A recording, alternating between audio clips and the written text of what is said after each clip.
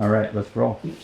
Hello everyone, my name is Ryan Johnson. I'm a summer youth environmental justice scholar with Johns Hopkins University, Bloomberg School of Public Health. And I want to bring you all through an exhibition that we have here today at the Peale Museum. It talks about toxic overburdening and pollution in South Baltimore, specifically in the Curtis Bay area. So here, there's a ton of community partners and a ton of community names, people who truly helped build this, but all this can't happen without NDC, the Neighborhood Design Center, and all the brilliant architects and designers. So I'm just gonna basically give you a little walkthrough of it, and this will be great. All right, let's do it. So first we can go over here. Here is kind of our community space. It's where a lot of our innovators and revolutionaries have their maps that they've sketched out or dug up from the archives. We have coal that we went to Governor Moore's house and delivered to him, basically. Here we have the redlining maps and the zoning maps. We have some books here written by great, brilliant people who have helped with this work. And all of this kind of shapes who we are as a community and what we've done so far. So all this basically showcases that. So yeah, let's head on in. So I guess we can start here. So here, it kind of talks about cumulative impacts. It talks about stressors on a community that cause them to deal with these kind of things and how it plays a huge role, because Curtis Bay doesn't just face economic or environmental harm. It doesn't face economic hardship and environmental harm. It also faces other social issues. Curtis Bay in itself is a low-income colored community that faces a lot of issues, as opposed to another community, for example, North Baltimore, that doesn't face as many of those issues. So when we talk about a lot of the big polluters, we talk about incineration waste, we talk about oil and gas terminals, we talk about chemical plants, because in Curtis Bay alone, there are 71 plus stationary polluting facilities, which all of these play a major role in what is happening in our community. Down here, it states that Curtis Bay is in the 99th percentile nationwide for proximity to hazardous facilities that require risk management plans. And all of these play a big role in cumulative impacts and how it stresses out the community and how it causes, on top of all the things that are harming the community, even more harm. So I think we can go over here now to sort of look at this, to talk about the history, because Curtis Bay itself this isn't just happening now. This has been happening for years. We see here from the 1800s all the way leading up to the 2020s, and this battle is still ongoing. A lot of the stuff wasn't really, people knew about it, but they weren't doing anything. When 70,000 gallons of oil were spilled in the Curtis Bay, people rallied and fought against it, but no one listened. Until we go up here and we see that the community organizations and community partners, such as the South Baltimore Community Land Trust, knew that something needed to be different and they wanted to make a change. And in 2021, when the CSX coal terminal had an explosion happen on one of its conveyor belts, together, the Free Your Voice movement started at Benjamin Franklin High School allowed us as youth to now fight against these issues. So the history of this is extremely important, alongside safety of our community. So here now, to talk about some community solutions and what we've done so far. We've done a ton of community-led research, and we as youth, we had multiple breakthroughs. We've had tons of things that we've done. Here was our CSX terminal rally. This was an eviction. This is when the CSX coal terminal was facing the last year of the permit, and we were basically evicting them. It was a great community event. We have the Cherish Our Communities Act, which is a huge act that was brought up to lawmakers and government officials. Unfortunately, it didn't make it past, but it was still revolutionary for what it was. And yeah, we have a ton of great community work that we do and a ton of great partners that have helped us and that we've met and who we workshop with and we design with. We worked very closely with the Neighborhood Design Center, once again, who created this whole entire installation. So yeah, that's great. And I think we can pivot a little bit back towards cumulative impacts, because with the good comes the bad. This isn't just we're always doing good work and things are changing. Sometimes we have to understand the core of it. And so the core of Curtis Bay is the term sacrifice zone. It's extremely important because sacrifice zone is honestly the way that we're looked at. We're looked at as a disposable community. These polluters think that they can come in and just pollute everything and wipe us aside. And although the zoning map shows that there are industries zoned around communities, around this community specifically, it's also a residential zone. It doesn't mean that only industry can just come in and just wipe us out. It means that we also have a right to live here, and we have a right to clean air. So here's a map of some of the big players in this, what harms our community. And when we talk about displacement, we think of places like Fairfield and Wagner's Point, communities that were once thriving but were wiped out completely by industry, were bought out and completely moved out and displaced. And that is one of the many realistic things that happen with our work, but we're working very hard to ensure that something like that doesn't happen. And so I think we can go over to the mapping, Curtis Bay, because this is also extremely important. It's important to understand the area that we're talking about, because at the end of the day, environmental harm is a huge part of Curtis Bay. But like I said before, it's not the only thing. So here we see such communities, South Baltimore neighborhoods, such as Curtis Bay, Brooklyn, Cherry Hill. And here are some movable maps that display different things, such as community safe zones, community zones that are extremely important to our community and how they play a big role. For example, my high school right here, Benjamin Franklin, is in the middle of all of this. Wellness centers, there's a ton of elementary middle schools where children are playing, and there's a coal terminal not too far from them. And here we see these other stationary facilities that pollute. So it's really important to also understand the community of Curtis Bay in itself.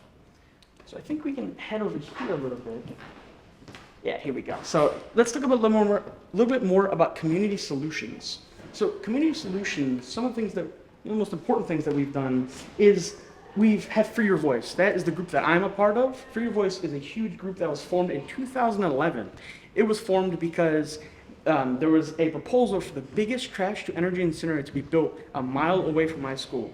And fellow students in 2011 banded together, and after school they meet and they research and they gain knowledge about this kind of issue because it's extremely important to them. And although they don't have the resources that we have now, they are the pillars to what we've done, and they're extremely important. And they went to Baltimore City Public Schools meetings and rallies, and they made their voices heard, because although they were a small group in a high school that not a lot of people even knew about, they made their voice heard and they stopped the incinerator from being built. And so that's extremely important to what we do now. And so we've done a lot of youth-led organizing and research, and it's how we've been able to network and meet with other community partners and work together is around the core of youth, because it's extremely important. So I think now we can also go back to Baltimore City as a whole. And so here we talk about the history. When we go back to the history, we talk about redlining and zoning. Those are extremely important because when it comes to zoning and redlining, it's important to understand our demographics of what we're working with here, because the recipe is itself. So what happens is a lot of these redlined communities are communities that are surrounded by industries. For example, Curtis Bay, like I was saying, Cherry Hill, in those areas, they're all surrounded by industries. And it just shows how the most vulnerable people are taken advantage of by these industries simply because they're vulnerable and they're not going to do anything against it. So that's kind of what we're doing. We're fighting against that. And so I think now I want to show off the biggest part of the exhibit. So this is a 3D modeled map of South Baltimore. It's not exactly South Baltimore, but it covers that Curtis Bay and a little bit of that Brooklyn region. Extremely important, and we see things such as Grace Chemicals, and the red ones correlate to polluting industries, things that affect our community and that are just a few of the major players in this role, because this doesn't even go to show how many there are. Like I said before, there's 71 plus, and these are only a few. And the yellow zones are schools, parks, and land trust sites. We as a community, we cherish those places, and those places are important for us to meet and to discuss about what are we going to do against these industries. So for some key ones, WR Grace Chemicals, we have the CSX coal terminal, which is a huge one that we go against. And there's over here, we're trying to have that Fairfield Wagner's Point area where it was wiped out, and now there are a ton of industries remaining. And it's extremely important because it goes to show that all of this is residency and all of this is industry.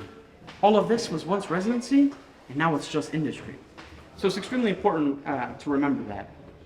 So I guess now we can sort of showcase some of the photos because I myself am a photographer, and So here we sort of have smokestacks. This was from a toxic tour that we did.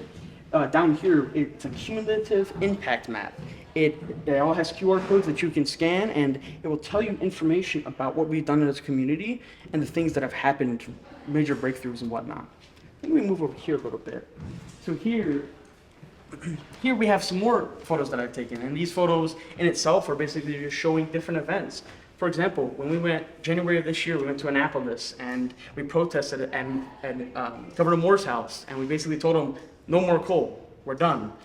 Down here, this was the CSX permit eviction rally.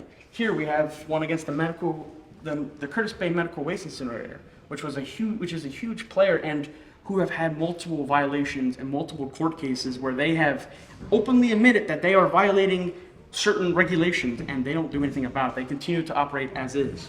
Down here we see some more visuals.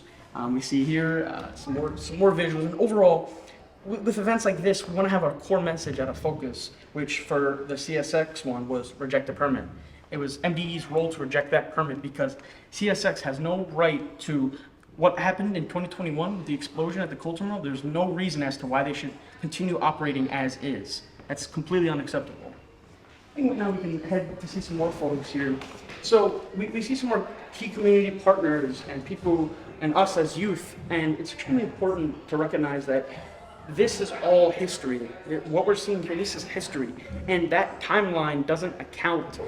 That timeline, years and years from now, we're gonna be on that timeline because we as a community are still fighting this issue to this day, and we're documenting it. We're making real impactful change. And it's a slow process, it's a slow battle.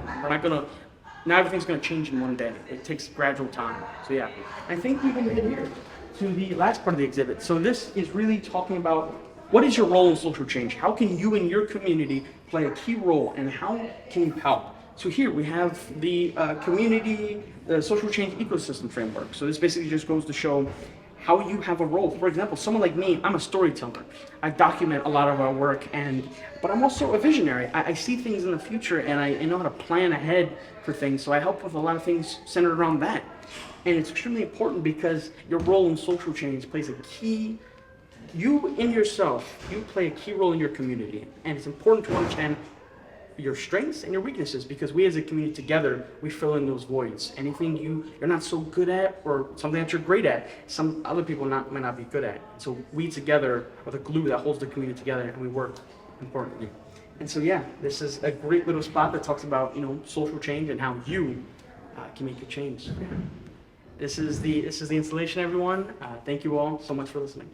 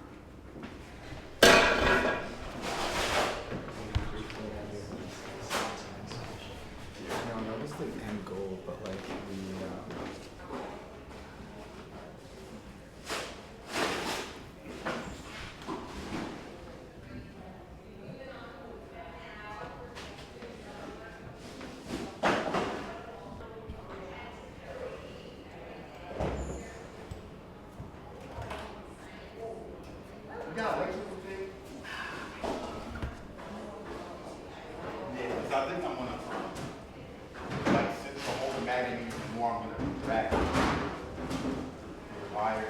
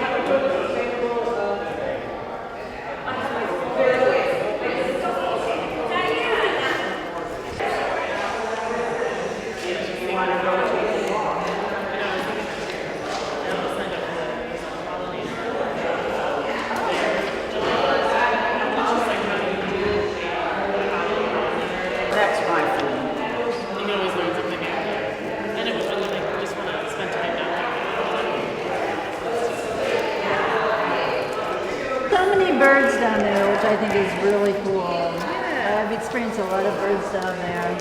I was out weeding my own bee pollinator nook this spring, and a huge bald eagle swooped down and captured some creature right next to me in my own garden behind me. I was like, wow! And then there's this giant bald eagle behind me and grabbed something and flying away.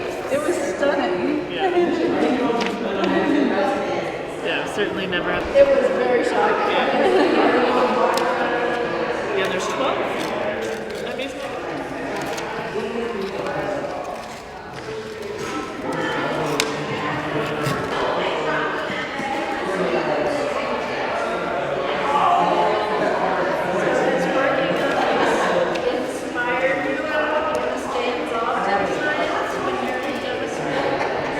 Yeah, so I think I might go back to try to maybe my environmental science, but I'm going to look into that. Yeah. I just talked to a friend who's doing a school for environmental engineering. It's really technical.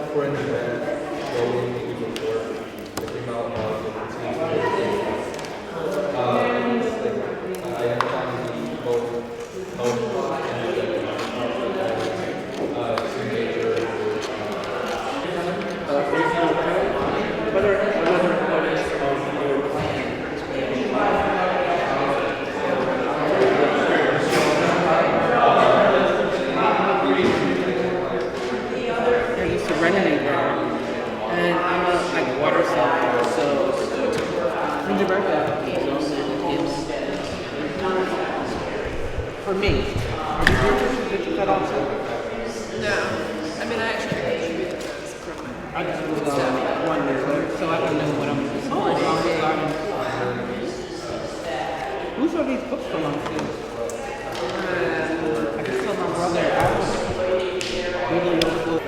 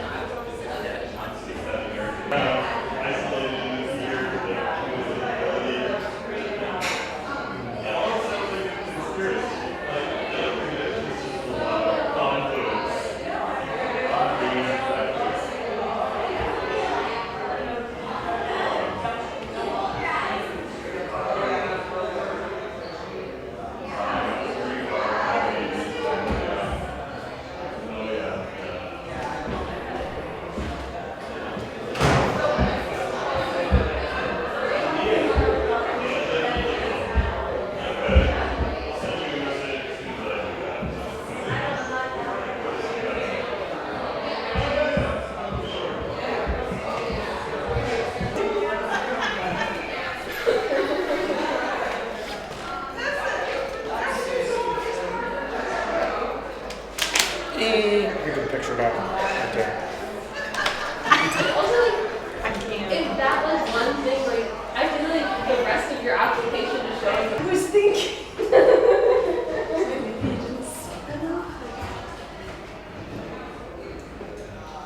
Also, like, you have so many, like, relationships with the professor instead.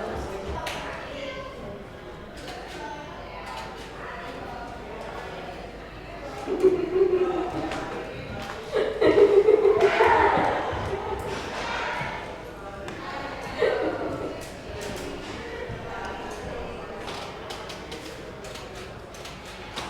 feel like whatever ends up happening will end up being for the best.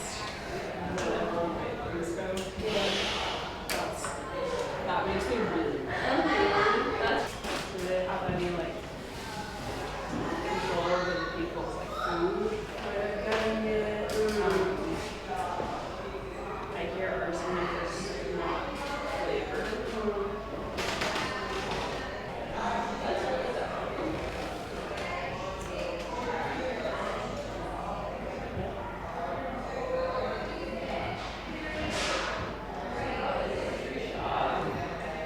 Yeah, it's like almost 4.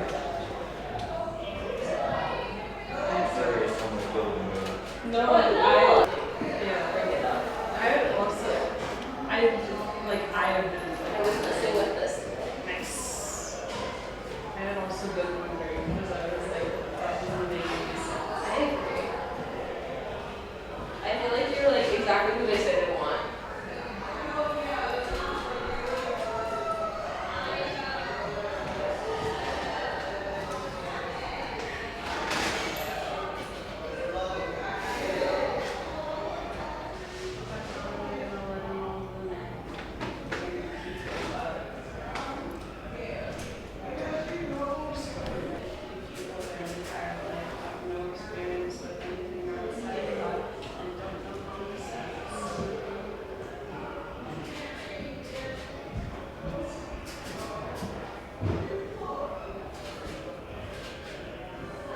Let me know if there's any updates on that, but also like.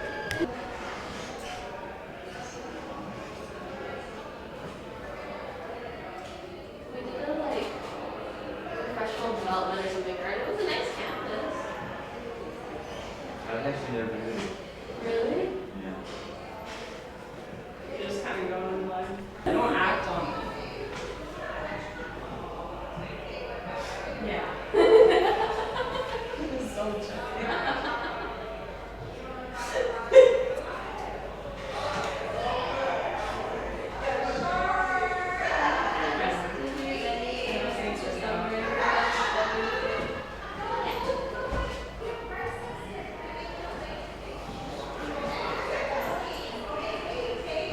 Have a nice one. Have a good rest of the exhibit.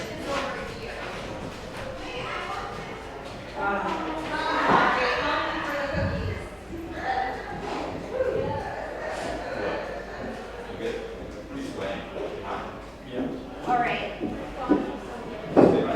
Wait, don't throw away. I'm not.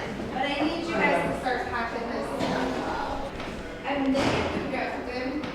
This time. It's so good. The pumpkin. I'm gonna give you guys a plate to bring home right now. You guys wash those dishes, okay? That's your job. Oh, because they used to come to everything with me, and now they like resist it.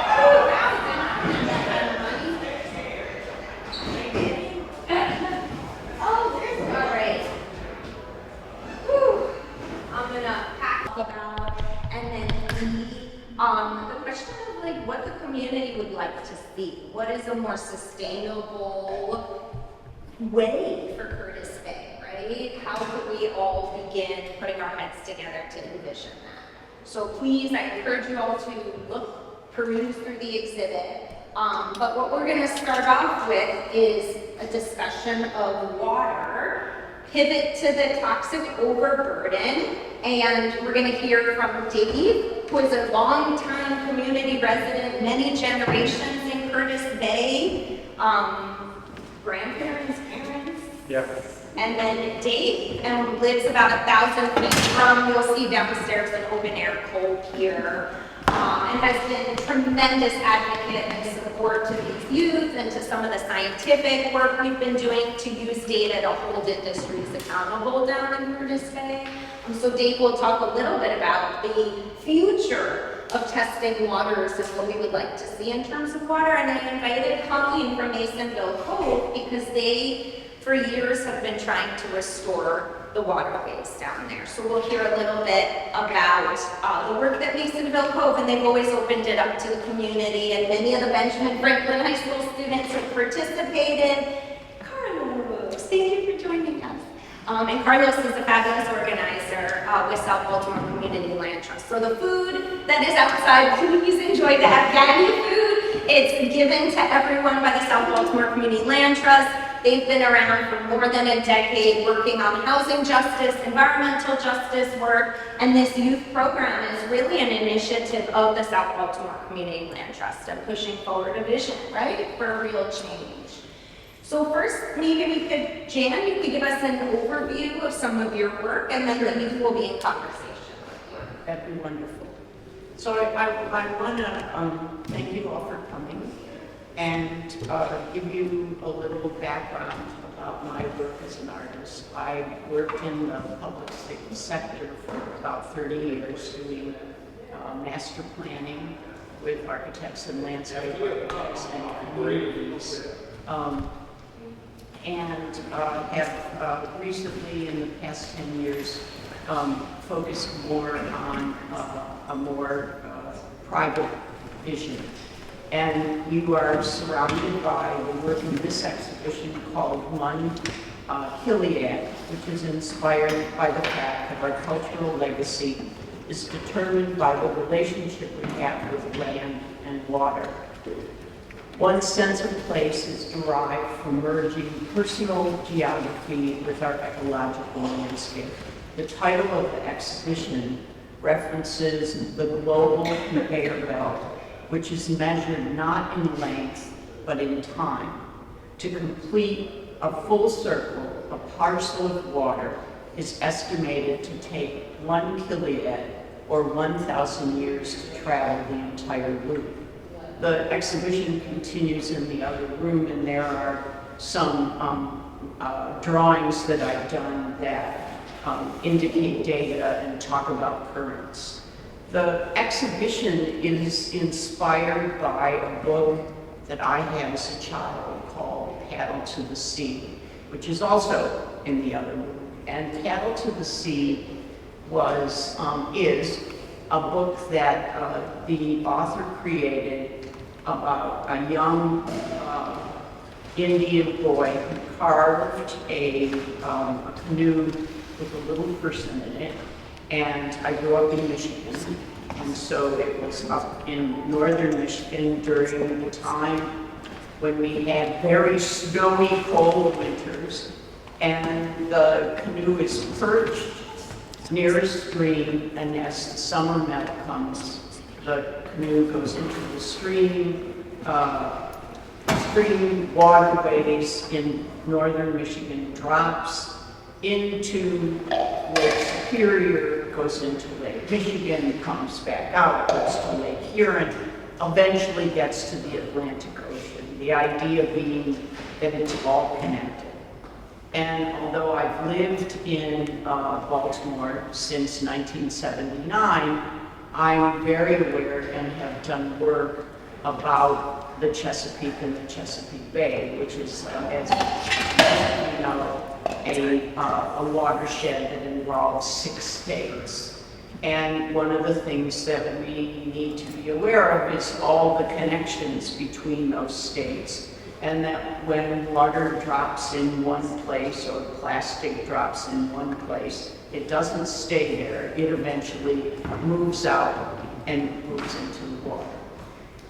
One of my passions has always been water, and I'm very curious about the universe, and I was very fortunate to meet Eugenie Clark, a marine biologist, and I became a so-called citizen scientist, and I joined her on her expeditions where she was investigating different kinds of fish and environments in many places around the world. She passed about 2015, 2016, and I have continued to dive and to document in the one series, A Sparrow on the Floor of the Cathedral. I'm the sparrow, the cathedral is the water. And I also, a couple of years ago, was fortunate enough to go on a residency to the Arctic, and there I was able to experience the glaciers, the melting, the erosion, and begin to question where civilization or where nature ends and begins. And so these photographs are my exploration of the huge expanses of the landscape that were so overwhelming that I needed to shut my eyes, and when I shut my eyes, I saw these little tiny plants growing in crevices, or I saw little beautiful lichen, and the question became, how would they survive? Being in the Arctic was like being underwater because of the fact that the weather moves so quickly and the skies change, so that all the grays that you see in the images are actually grays of the sky. When I learned that our two exhibitions, the Toxic Overburden and my exhibition, were going to overlap, it was important to me to contact people and say, you know, I think this is a good opportunity to bring these together, because I think there are concerns that we both share. Although we may not worry about ocean warming, it is the warming of the Chesapeake Bay is very important because of the fact that with the algae blooms, species are killed, animals die, habitat is destroyed. Ocean acidification is not that much different than the acidification that happens in the bay. Land-based pollution, like runoff from agriculture, sewage, industrial activities, pollutants from pesticides and heavy metals. It occurs not just in the coral reefs, but it also occurs in brackish waters and in the bay. There is not the same kind of overfishing practice, but there is the we'll say, the fishing for crabs. We don't really fish for crabs, but you get my drift. The disrupting of food webs, and the fact that the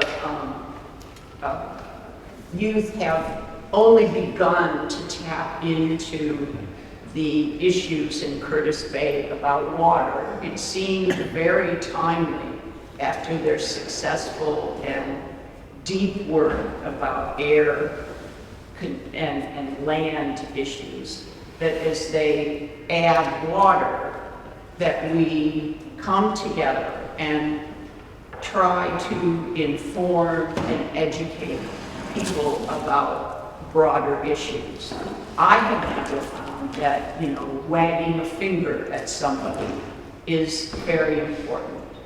I do know that the social justice movement that has been going on where people are protesting has made great strides. My work is a quieter voice. It's meant to ask people to stop for a moment, take a pause, and look at the work, and potentially through this sort of moment of quiet, that people will reconsider what they're doing and how they're behaving. They may, and that's what I wanted to share with you. Thanks, Jan. Appreciate her initiative in bringing together sort of toxic overburden and this question of air and land. And we will hear from Dave around the water, but we're going to pivot a little bit to the three of you. And Ryan, maybe you can introduce yourself first, and you could talk about what the exhibit does downstairs. Got it. Hello, everyone. My name is Ryan Johnson. Hello. I come from Royal Park, which is more southwest Baltimore, not exactly South Baltimore, but I did spend 4 years in Franklin High School, which is in North Curtis Bay. So I've been around a lot of what's been happening. And to give you a brief description of what the installation downstairs covers, it's 100 years of toxic overburden in Curtis Bay. It talks about the history of Curtis Bay and the environmental harm that it's faced. It talks about historical things that have kind of caused this. Like one of the terms we like to use is cumulative impacts and things that have stressed the community and really just shaking a lot of things. For example, like redlining and zoning, which allows for these industrial areas to be surrounded by, or actually residential areas to be surrounded by industry. So it's extremely important that we understand the history, but also how we're moving forward with things. It documents a lot of our work and what we've been doing, and for example, Free Your Voice is a group that was started in our school in 2011, and how they stopped the largest trash burning incinerator from being built a mile away from our school. So it's all connected, it's all interweaved, but it talks about a lot of different things, and it's extremely beautiful and well planned out. And we worked closely with NBC, the Neighborhood Design Center, to plan it, to architect it, and just envision what it would look like. Great, and maybe we could pass it to Michael. You could talk about the community you're from, and also all the work that went into collecting the data for the exhibit, our collaboration with Hopkins and the science piece. Right. So my name is Manuel Flores, and I am a resident of Point 12.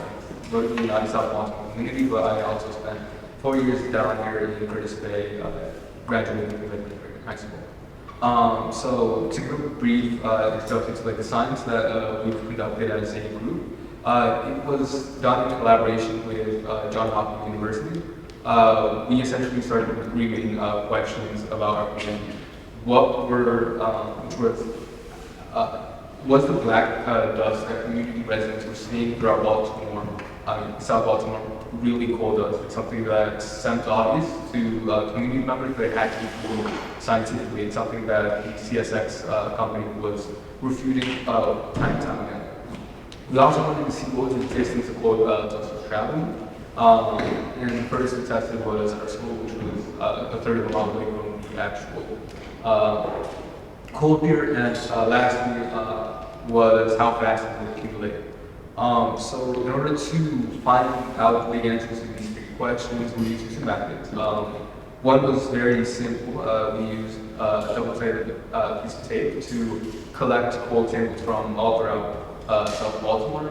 Like I said, the first one was done in our school, and we found that every location we tested tested positive for the black dust.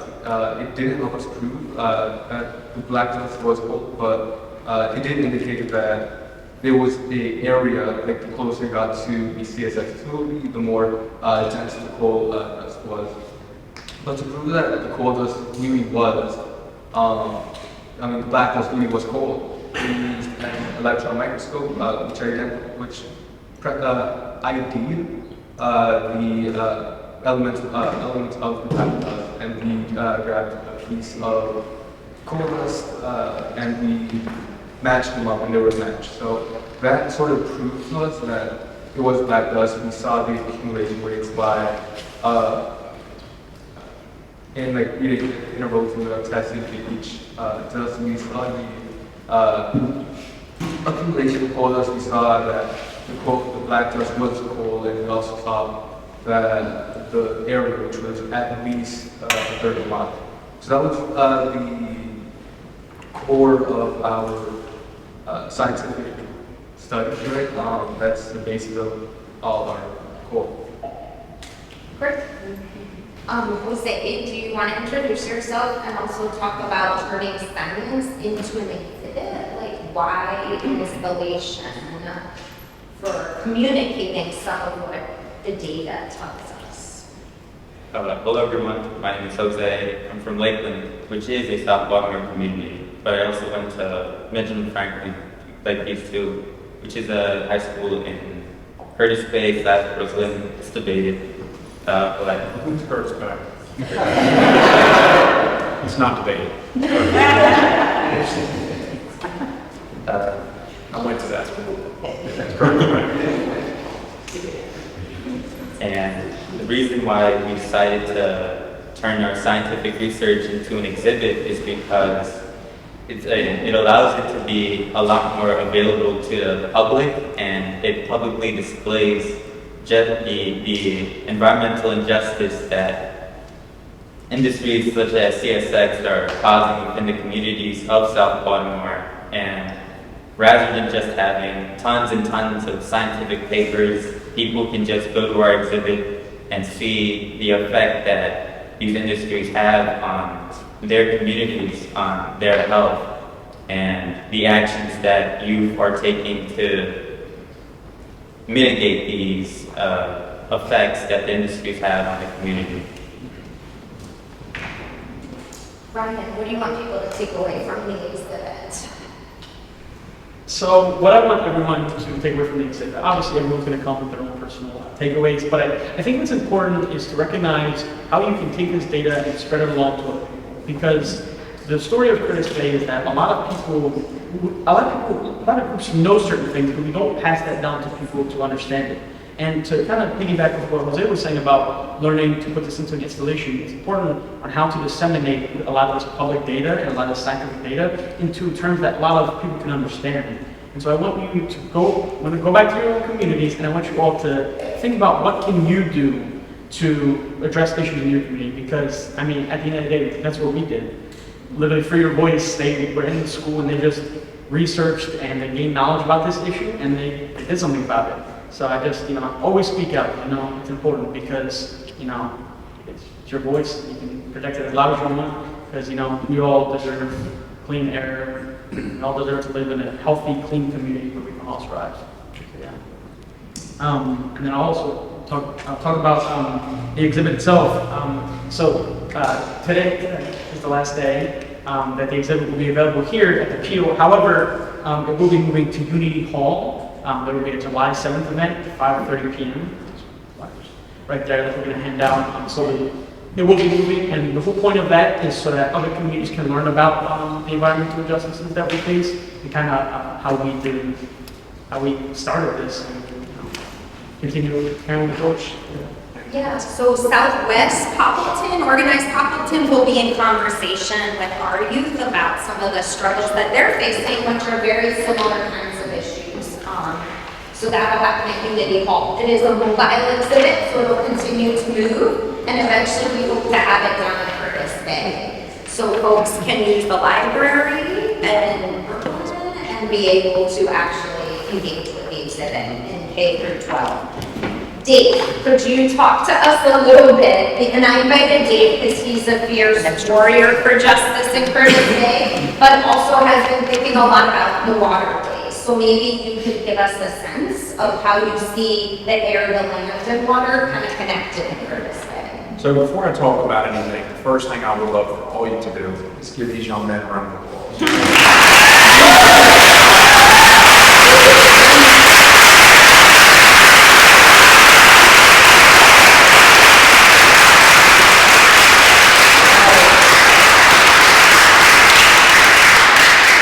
I'm going to try not to get upset because it's very emotional for me. It's very hard because I deal with this daily. When I was these kids' young age, this was the last thing I was worrying about. I was worried about going, playing, having a good time in my community. These kids are fierce in what they do, and I can't thank them enough. They brought attention where attention needs to be brought. But the sad reality of it is, as much attention as all of us bring to this, there will never be real change unless the people that can change it. When I was their age, the water in my community was my saving grace. We fished, we crabbed, we swam. We had access to our water. We have no access to our water anymore. Nor do we want to have access to that water because of how heavily polluted it is. My community is literally labeled a sacrifice center. And that's a hard pill to swallow as a 45-year-old man who's lived in this community his whole life and didn't really know what was around me because it was just a part of my everyday landscape. I'm tired, I can honestly say that. I've been fighting now for 4 years. These guys have been fighting for as long as they've been fighting. Cole's been fighting, everyone's been fighting. We shouldn't have to fight just to have the basic necessities of life. And if anyone knows anything about the basic building block of life, water is key. It is our building block. Without it, we do not exist. They continue to pollute what makes us exist. And the reason is because the people who can have it no matter what, it doesn't matter to them. They can go anywhere and get it anywhere. It only exists where I live to me because it's mine. It's in my landscape. I really don't know what to do anymore. I get up and I fight every day. I fight as hard as I can. And it's hard, it really is. When you work all the time, when you have your own life, you shouldn't have to fight just for simple things. Even today, as we're sitting here, there are 71 industries in Curtis Bay alone in a 4 square mile radius. That is the most inundated area in the country for industry. And they are poisoning my community as we're sitting here today. And they're doing it with pretty much impunity because all they did is a slap on the wrist. So for me, where I would want to see Curtis Bay is back to where it was when it was founded. It was a farming community. It was a community that thrived, and it was not about specific race or individual. It was communal. And believe it or not, parts of Curtis Bay, Wagner's Point, and Fairfield, these were areas where slaves got away from slavery and started their lives. This is where people built generational, families, and it's just not there anymore. It's all industry above everything and profits above everything. And for me also, I always thought because I lived in a poor community that it only affected us. And the more that I do my research and the more that I am out there, I realize that's not the case. We have a community in Columbia. They're battling against trace chemical right now. These people live in multi-million-dollar homes. And they have no say in what goes on in their neighborhoods. So for me, what I've found is everyone sitting in this community has in this room has a single voice. And yes, it is powerful, but it is only powerful when we all come together. The only way that works is if we unify and we take it to the people who can make the real changes and we do it together. I'm going to continue fighting because I don't have anything else in me other than to fight. Even though I say I'm going to give up, I can't. I don't have to give up anything. I've never had. But it does get tiring. It does get wearing, especially when it's just the ones here that are always doing it. And we do have help from others. But I tell people, we are all individuals at the end of the day, and nothing impacts you at all until it does. We all live in a bubble. And until that bubble gets popped, we do not see what's around us. Now, what I would like from each and every one of you, and we're going to use here as an example, anyone that lives within a 30-mile radius of where we're sitting right now, raise your hand. Okay? So we're going to say that this is Curtis Bay. Everything that I breathe in on a daily basis reaches you on a daily basis, whether you see it or not. It affects you in the same way it affects me. The only difference is it affects me more because I'm breathing it in closer. PM 2.5, for instance, goes up in the air. We'll just say cold particle, up in the air for up to 10 days. As it's going through the air, it's getting smaller and smaller. The smaller it gets, the more it gets into your bloodstream and your brain barrier, and it affects you in so many ways it's disgusting. Cancer, birth defects, can't breathe. For me, my vision, again, is to see Curtis Bay like anywhere else. Go to Ocean City, it's beautiful water, feel like you're at home. want my community to feel like that again. I want it to feel like when I walk out my door and I breathe in, it doesn't burn. It doesn't hurt. I really don't know what else to say. I'm tired. I really am. I come to all these things, I fight, we fight where we need to, and it doesn't really affect anything. So the only way it will again is if we have more people to help us fight and get this out and say enough's enough. And that's what we need. We need everyone to understand, like the young man said, when you go back to your community, think about what in your community impacts you and fight for it. Because if we don't, and we don't help each other out, we're never going to fix these problems. Do you each want to say what you would envision for Curtis Bay, since we're kind of dreaming and we're going to be dreaming with our collages of what the future could be, right? What a more sustainable, what a more just Curtis Bay could look like.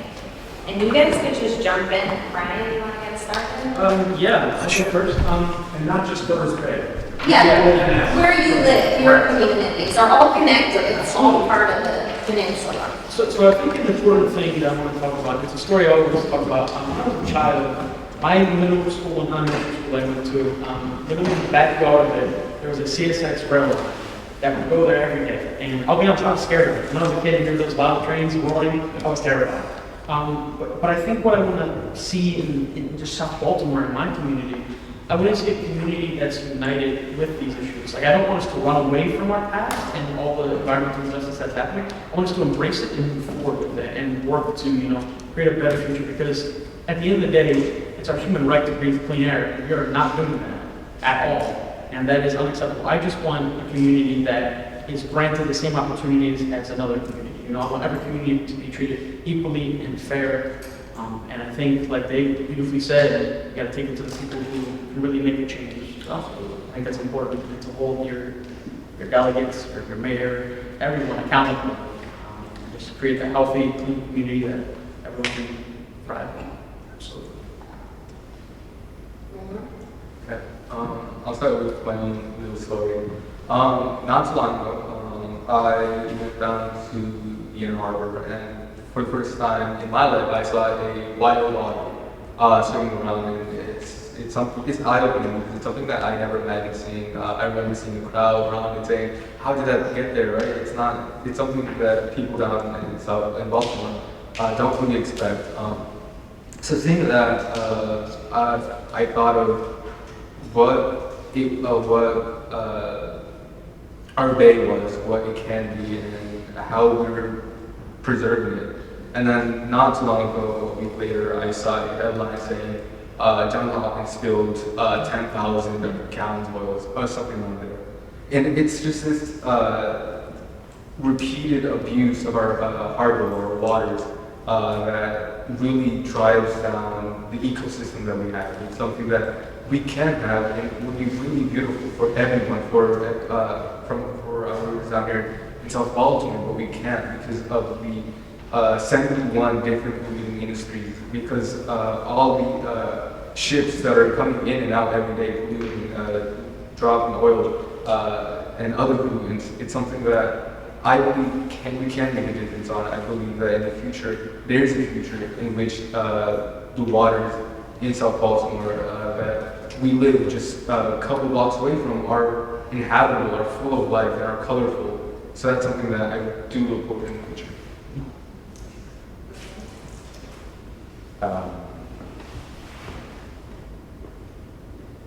I want to see a community that has clean air, has clean soil that can be used. I want to see a community that can live healthily, and like Ryan said, we can't just get rid of these facilities and just abandon them. We have to make something new with them. We can make compost facilities, recycling facilities. We have to not just get rid of the problem, but make it better. And Great. help you. Thank you. Jen, do you want to share a vision with them? Photographed under the water. So. Oddly enough, just an anecdote, in 1995, there was a movement called Empower Baltimore Management Corporation. And they did a master plan for the Fairfield Ecological Industrial Park. And I was a subcontractor on that master plan to identify possibilities for developing land, identifying contaminated parcels, give ideas for new businesses, gateways, commemorations of special places in that area, because Fairfield was the first freed African slave community after the Civil War, and goes pretty much unrecognized. And one of the things that I suggested in the master plan was that the Masonville Cove be turned into a wetland area that people could go and enjoy and explore, and it could be a native habitat. And I bring this out now because here it is 20-some years later. Granted, you could say 20 years late, but nevertheless, with time, there is a kind of growth and a potential. I would like that to hasten in the area, because if it doesn't hasten, climate change will make its own statement and we'll have to deal with that. But I think, given my 70+ years, one of the things that I know is that change is slow.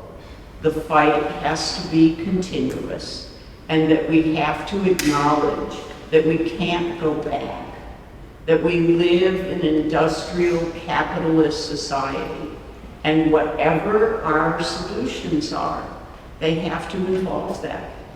And it's very difficult because it's very complex, and we need to look at other societies. Europe is light years ahead of us. The West Coast in Washington, D.C., Washington State, where I've done a lot of work, is light years ahead of us. And so it takes education and it takes constant work. So that's what I would like to see.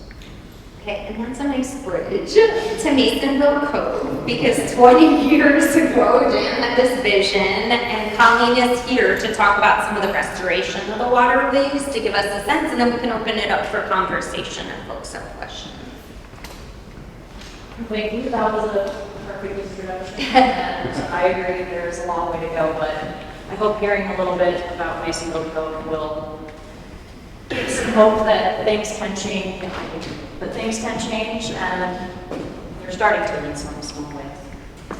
So the Masonville Cove Partnership is the nation's first urban wildlife refuge partnership that is a collaboration between the Living Classrooms Foundation, the Maryland Port Administration, the U.S. Fish and Wildlife Service, and the National Aquarium, and it's located in Curtis Bay. So this property encompasses Masonville Cove and the Masonville Dredge Material Containment Facility. So it's a Maryland state law that any material that's dredged from the shipping channels in Baltimore has to be placed in a containment facility due to the potential presence of contamination in that material. So it is the Maryland Port Administration's responsibility to find a placement location for dredge material.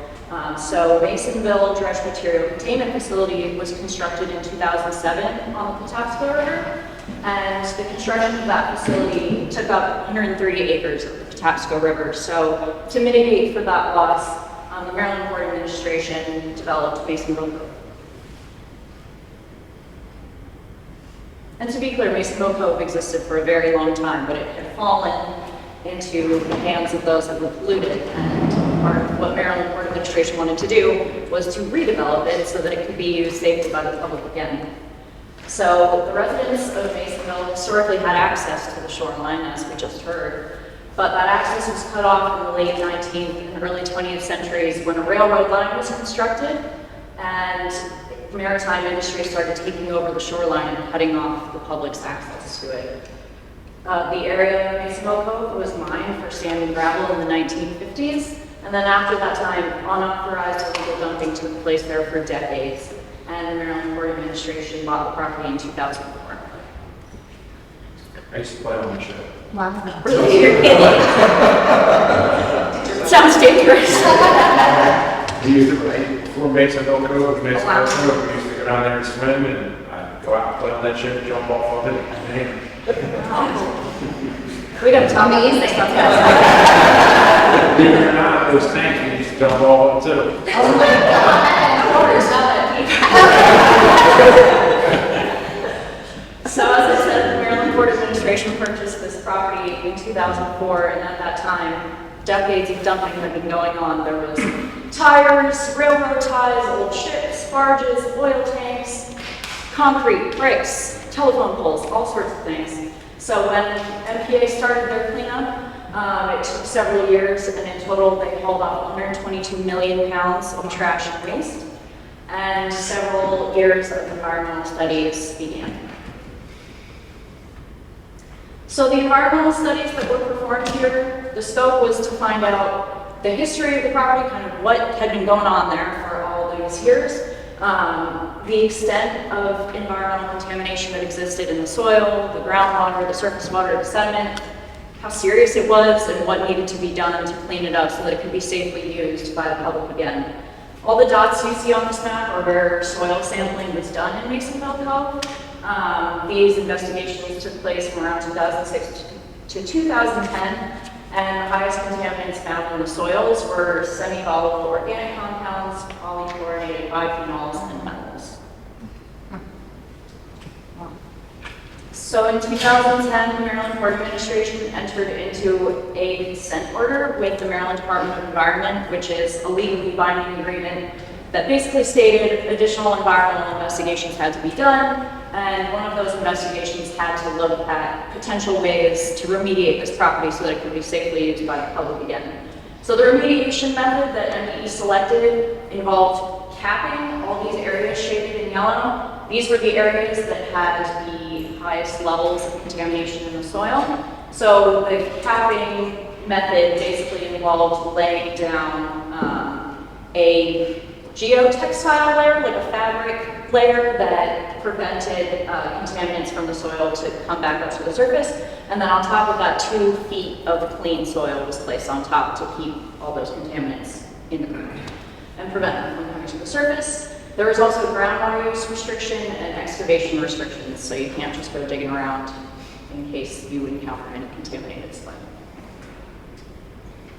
So the remediation of Masonville Cove was done in phases so that the public could start accessing the site again. In 2009, the Environmental Education Center was opened. In 2012, Access Zone 1 here was opened to the public. And in 2013, Masonville Cove was named to be the nation's first urban wildlife refuge partnership with U.S. Fish and Wildlife. And then Access Zone 2 was opened following completion of remediation in 2017, and Access Zone 3 was opened in 2018. It's a beautiful property with an amazing frame. We think so. So this map shows all the mitigation work that's been done at Masonville Cove thus far. It involves 73 acres of aquatic improvements and 54 acres of upland improvements. And I'm going to talk about each of these a little bit. So the mitigation projects that we've completed up to this point are these listed here. When MPA was first starting the Masonville Cove project, they wanted to hear from the public about what they wanted from this space now that it was going to be open to the public again. And the biggest things they heard were an environmental education center, access to the water and shoreline, and specifically a place for fishing. So those were the biggest goals of Masonville Cove when it first started. The project has continued to expand. There are hiking trails, there's bird banding that the public can participate in, there's been several other cleanup efforts that have taken place on site, and then there are a couple that have taken place off site throughout Maryland as well. So the first thing that had to be done here was to remove Dave's playground. Sorry about that. So there were 27 derelict vessels or barges that were floating around in Masonville Cove, decaying, leaking oil, and they had to be removed and cleaned up. I don't know what happened to them when they were removed, but They're probably scrapped. they probably were. So after all of those ships were removed, this 73-acre area that's shaded in green had 12 inches of clean sand placed to improve the substrate. And after that was placed, 2,000 of these concrete reef balls were placed where these white dots are to create some habitat for aquatic organisms in Masonville Cove. So one of the most important aspects of Masonville Cove was this conservation easement. The Maryland Port Administration, Maryland Environmental Trust, and Baltimore Green Space enacted this easement on April 27, 2022. This is a legally binding agreement that states that this property is now open to the public, belongs to the public, and it will remain open to the public forever. Cannot be sold, cannot be developed, and this was very important to return this space to the community and their access to the water, to the shoreline, to the uplands that are now clean of contamination.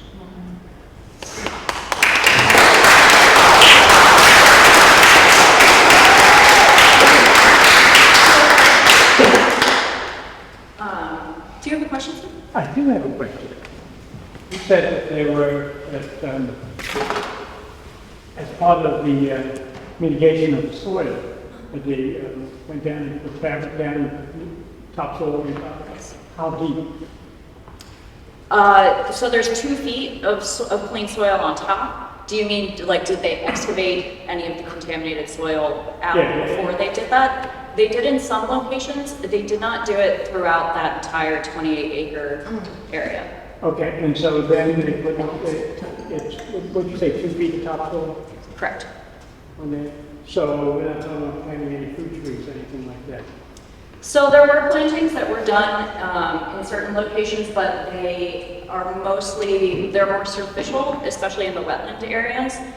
There is a stipulation in the environmental covenant that's placed over the property, stating that that cap is not to be penetrated for construction or for any other purpose. And if that cap ever is penetrated, you have to work with the Maryland Department of Environment to make sure that any material that comes out beneath that layer it is handled properly. We have to do that in an upcoming project. Yeah. Does some of that contamination leach into the water, and how many does the water stay? Improve the quality? So there's ongoing water quality monitoring that's done by Maryland Department of Natural Resources in the cove at the mission pier. So they monitor the water quality there every 15 minutes, 24 hours. And that information is available to the public. Has there been any, can you see, has there been enough time to see any change in the quality? Notable changes have not been observed to my knowledge. The information gathered by the water quality monitoring probe is open to the public on the Eyes of the Bay website. I do have a slide about that in a little bit, but I'm sorry. No. Okay, that's good. Okay, so the fabric, I'm back to the fabric. Is it filament fabric that was put down, or is it, I mean, is it pervious? It's woven geotextile. It's not pervious. Not pervious, good. I just want to see if I understand this correctly. Did this happen in the first place, or this is what I want to ask you? Sure. Is this the case that this happened in the first place because the port administration needed to dredge the bottom of the bay so that bigger, heavier international cargo ships could come in, and they needed to move the contaminated soil elsewhere, and this was part of the way to work to mitigate that damage? Am I right about that? I can't speak to all of that. I know that it became a Maryland state law that dredge material needs to be placed in containment facilities. I'm sorry, I can't remember the exact year, but it was in the 1980s when Fort Mulroney was first constructed and they first started placing dredge material there. I believe the 50-foot channels have been open for several years. I don't believe that those were constructed in order to in conjunction with this law. What was the number that you said, Mason? I can't remember, For you guys, yeah. MPA purchased Masonville in 2004. Right, and it was dredged for the bigger ships much earlier, Diane? That's a question. Yeah, because in the articles I found some of the federal funding that. That might be a multi-decade Yeah. project, which can also happen. It was. The infrastructure and so on. It's a question, it's something that can occur, but it hasn't. Interesting. There are several other dredge material placement sites located throughout Maryland. The Hart Miller Island was the first one that was constructed in the early 1980s. That facility stopped receiving dredge material in 2009. I think Marcia and then Chance. So just so you all know, that dredge material was used as landfill for the inner harbor. And you know, the Exelon building that got permission to build on a frozen dump site. That whole area is contaminated. But it's not like you can take these things that don't degrade and put them somewhere else. It can be burned. If you get them at high enough temperatures, they can burn it. It Yeah. can be mitigated down, but it's No, not that's cost ridiculous. effective. Right. That's the reason it doesn't get done. Believe it or not, the site that Bethlehem still used to sit on. I used to work over there at one point. It was said that in order for that facility to ever be used for anything other than Bethlehem steel, it needed to be dug down over 100 feet and everything that was in there brought out, either burned, put back, or taken somewhere else and new topsoils and soil brought in. The people that work over there now have no idea that they only dug down 30 feet. So there's no mitigation over there protecting anything. It's just what people see and what people don't see. It's out of sight, out of mind. Yep. I was curious, what keeps the 2 feet of soil from floating away? Is there a wall that's been built to contain things? There's not a wall per se. We do cap inspections throughout the cap areas several times per year to make sure that the cap is being maintained. If it ever seems as though it's eroding, additional material is added. We have third-party inspectors that perform some of those as well. Once the soil is stabilized with vegetation, erosion is much more controllable. So that's kind of the approach that we take here. We want it to be a green vegetated space. So erosion that's our most effective tool in preventing erosion of our soil. And I have another question. I have heard that there are some types of plants that are really good at reducing toxins, and I'm wondering if that's one of the approaches that you all are taking. I know very little about it. I just told you what I know about it. So Phragmites, which is present throughout Masonville Cove, is very effective at that. It helps regulate the pH in the soils and helps it affects the pH in such a way that it prevents the metals from being as active in the soil. I What did you say? from my mother here, who did her graduate research work at Mason. I did my graduate. Wow. My graduate work at Masonville, just coincidentally, back in the 80s with the Maryland Port Administration through the University of Maryland Soil Science section, and we looked at Masonville at different dredge areas where they can dredge stuff, like you said, out of Baltimore Harbor, and they were doing research for Hart Miller Island, knowing they were going to be creating this big island. So what we looked at were things sort of like what you were saying. They looked at both vegetables and things like that to see what the contamination would be. And then we looked at what I worked on were soil conservation district plants that were usually used on mine sites because the pH of the soil, once you took it out of the harbor, because of the pH dropped really quickly because of the sulfuric acid and stuff from the different industries that dumped into the harbor and settled on the ground. So when it was exposed to oxygen, the pHs would go down to like 2. It smelled like the inside of a metal can. It was so low. So we worked on different ways to make the pH higher. so that the different vegetation would be able, like Tony said, to establish well. And what they determined was that you should not eat the tomatoes or anything. So they did, I know University of Maryland did a lot of research with the Port Administration, sort of on those questions that you were asking to try to figure out the best way forward, knowing that a lot of this material would be coming out of the harbor, put it part of Rhode Island, and then they wanted that to be able to be utilized by the public, but in a safe way, you know, so that, as we know, little kids eat the dirt and, you know, all that sort of stuff. So to try to look at the different scenarios that could happen and make it as safe as possible. So the material that is placed in the Masonville and the Cox Creek dredge material containment facility, which is also located in Curtis Bay, the material that goes in there is the material that's dredged from the maintenance dredging that's done each year. So it's done on an annual basis. It's just the material that has entered the shipping channels within the past year. So that's generally more, you know, runoff from construction sites, that kind of thing. We are not allowed, in these facilities, we're not allowed to accept material that's considered new work, like new dredging, material that's been sitting there for 100 years at the bottom of the channel. The only material that we're allowed to place in these facilities is the annual maintenance dredging. And it goes through a screening process with some pretty extensive sampling for all sorts of contaminants, metals, SBOCs, GR, DRO, before it can be approved to enter the facilities. I have a question. So in that screening, what do you guys find? So I have to say, I personally don't work on that evaluation.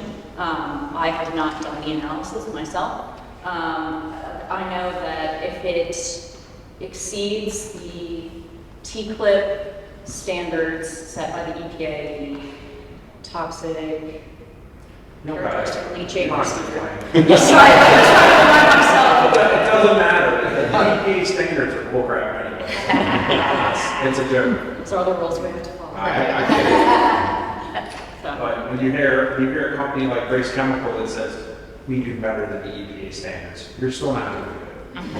You're just not when you're one of the biggest producers of toxic emissions in Curtis Bay, in the Baltimore area.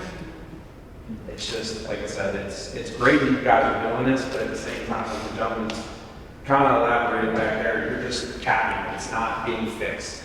And that's a problem because one day I won't be here. None of us will be here, but the next generation will, and they will have forgotten what's there. So what happens then? So I know that I previously worked as an environmental consultant on big development projects, overseeing environmental compliance for development projects throughout Baltimore City. And capping is a pretty standard method for that MDE utilizes for cleanup of the contaminated sites. Not speaking to demerits, yay or nay, just that is. If it won't make dollars, it won't make sense. It is quite expensive to excavate contaminated material because there are very few like hazardous waste facilities that will accept materials against that. So it is a lot of dollars and cents. Yeah. Maybe that's my next entity that will start. Sure. So a bit about the mitigation work that we've done thus far. There are 6 tidal wetlands at Masonville that are highlighted in blue that we monitor. These are pretty early. Okay. Our monitoring and maintenance generally involves trash removal, regular inspections, photo inspections, and each year we do at least 2 wetland vegetation surveys on each of these tidal wetlands, and our goal is to see 85% coverage of wetland species in these wetlands. They've been doing good. Well, I will tell you that you guys look amazing down there because when I was a kid playing in that water, we couldn't see 2 inches of the water. So to be able to see pictures like this and when you go down there and actually see the bottom of what I'm looking at, you guys do a fantastic job. I can't thank you enough. So this is the progress of the living shoreline, which is located near the Environmental Education Center. You can see the progress that it's made from its construction in 2012 to now. One important feature that is helping this wetland significantly is this rock sill that was placed in 2018. It helps protect it from wave energy, from any trash or debris that still certainly washes up in the world. We have 8 non-tidal wetlands in Masonville Cove as well. Again, our ongoing monitoring and maintenance generally includes regular inspections, photo monitoring, invasive plant control, and we do wetland vegetation surveys twice per year in addition to some other monitoring that we'll discuss. So we also monitor hydric soils and hydrology in non-tidal wetlands. A healthy non-tidal wetland will have an oxygen-depleted environment in the soils. So we install these IRIS tubes to measure the success of the hydric soils. IRIS stands for Indication of Reduction in Soil. So if we install these for 30 days, and if this iron oxide paint that is on the tubes is removed, that means that it's an oxygen-depleted environment, which is the sign of a healthy wetland. It means that it's been saturated with water for an extended period of time. Hydrology monitoring is us looking at the standing water that is present either on the surface or just below the surface in the top 12 inches of the soil profile.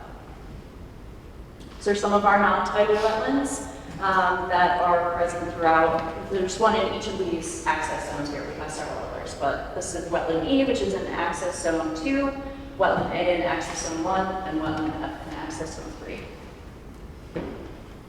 This is non-tidal wetland B in surrounding areas in the cove and its progress that it's made from construction to present. So our forested non-tidal wetland and emergent non-tidal wetland, we noticed for several years that it was struggling, and we did a study and noticed that the topography of the wetland made it such that the water wasn't pooling there very properly. So we worked with the Maryland Department of Environment to be able to regrade the area. We did have to penetrate the cap that was existing, and we had to do air quality monitoring and make sure, as the material was being excavated, make sure it was always staged on a plastic liner and wasn't in contact with the ground surface, and that it was hauled off. It was sampled before it was removed from the site, and given the results of that soil sampling, it was taken to a proper disposal facility. Following that regrading work, we replanted it with trees and shrubs in late 2023 and 2024.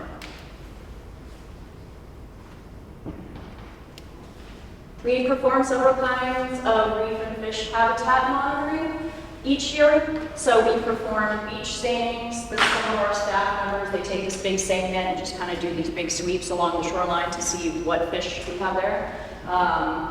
East Spot and Atlantic Silver Side have been some of our most abundant species over the last couple of years. We performed gill net sampling with the Maryland Department of Natural Resources in the past. There were some logistical issues with that, and COVID happened, so that was suspended for a few years, but we're looking to restart that effort with Maryland TNR again. And to look at species a little bit lower in the food chain, the food web, we do plankton sampling in a few locations in Masonville Cove and outside Masonville Cove, and we do benthic and epibenthic sampling, which looks at the organisms that live in the top layer of the sediment that is located in the cove, and the species that live on those concrete reef walls that we showed you earlier. As far as terrestrial habitat enhancement, we have a variety of different upland habitats that we monitor. We have 10 acres of meadow habitat, 11.2 acres of tree and shrub habitat, and 14.5 acres of tree habitat that we monitor in conjunction with the Mid-Maryland Critical Area Commission each year. So Captain Trash Wheel was installed in 2018. You guys might be familiar with Captain Trash Wheel, it's pretty common. And since that time, he has eaten and prevented over 55 tons of trash from entering the Toxic Overburden. This water quality monitoring meter, as I mentioned earlier, was installed by Maryland DNR at the fishing pier at Masonville Cove in 2009, and it captures a snapshot of water quality every 15 minutes, 24 hours a day, and that information is available on the Eyes of the Bay website provided by Maryland DNR. Masonville Cove is home to Baltimore City's first nesting bald eagles. Probably not the first ever, I'm sure they were there before, but the first ever. They first started nesting in 2018, and since that time, 13 bald eagles have successfully been fledged from Masonville. So there are a lot of ways for the public to get involved at Masonville Cove. If you guys have any interest, I would highly encourage it. We work with our partners at Living Classrooms, U.S. Fish and Wildlife, the National Aquarium, on all sorts of projects and activities that are open to the public, that are free.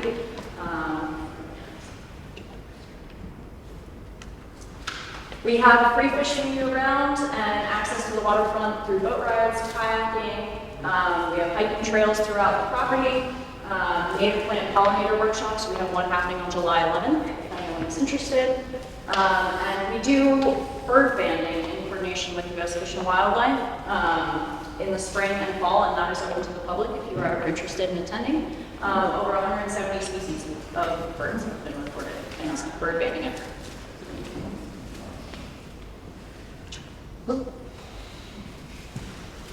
Some of our programming that we do with Living Classrooms, National Aquarium, and Fish and Wildlife includes presentations on water science, climate change, yoga, nature walks, and arts and crafts, and a lot of very kid-friendly programming, so I highly encourage everyone to attend.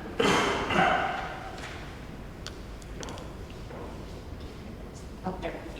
We're also heavily involved in the community schools, rec centers, libraries. We do a lot of programming in Curtis Bay that I would encourage you all to attend if you're ever available. We just recently did a shoreline cleanup with the Climate Clean Network through Maryland DNR as well, which we really enjoyed. And each of the partners in the Masonville Cove partnership has an internship program, so if anyone's ever interested in pursuing that in an official career capacity, these high school graduates over here, I think we're really into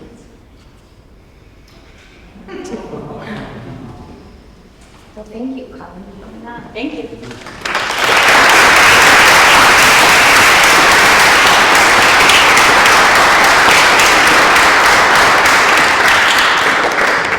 So we're at 3 o'clock, which is amazing. We kept to the schedule here. And I'm going to turn things over to our interlocutors from Neighborhood Design Center. And Jennifer is going to introduce what we'll be doing. Jennifer Neighborhood Design Center, NDC, is Maryland's nonprofit community design center. We help anyone who's trying to dream big in their neighborhood, bring those visions to life, everything from landscape design, architecture, community engagement, and I think we all know that we can only build the future that we can dream of. So we're going to spend a little time today together applying our imaginations to the future of this waterfront so that we can have a really big dream to live up to. So we're going to move out the tables a little bit and bring chairs around. While we do that, we're going to do some collaging. We're going to sit. We've got books and magazines, scissors and glue. Everybody's going to take a sheet of paper and cut away, come up with like 3, 5, 7 pictures that inspire you about the future of Curtis Bay. Imagine it's the year 2055 and we all take a walk down to the waterfront. Who do you want to see? How do you want to feel? What do you want to look at? Dream really big. It can be totally fantasy realm. We do not have to be realistic in this space. We want to dream big and have a very high hopes for the future. So while we get tables and chairs moved out, I've got little cards around in the corners. If everybody could pick one card that helps them understand a quality or a feeling or a skill set you would like to bring to the future of Curtis Bay. This can be very non-literal, just like inspiration. Show your card to a friend or somebody else in the room and just say why you picked that card and set it down and we'll get the tables moved out and getting to a little bit of time for cutting and gluing together. We're gonna pin things up and you can take a picture with your image. You can leave it behind to inspire others or you can take it with to put it on your fridge and continue to inspire yourself. So that's the work we're going to spend a little time doing. So gather cards and move out tables and chairs and we can join us.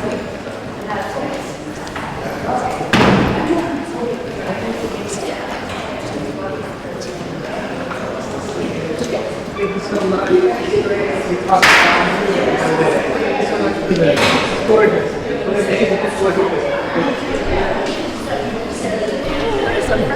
How you good? How you doing, man? Good.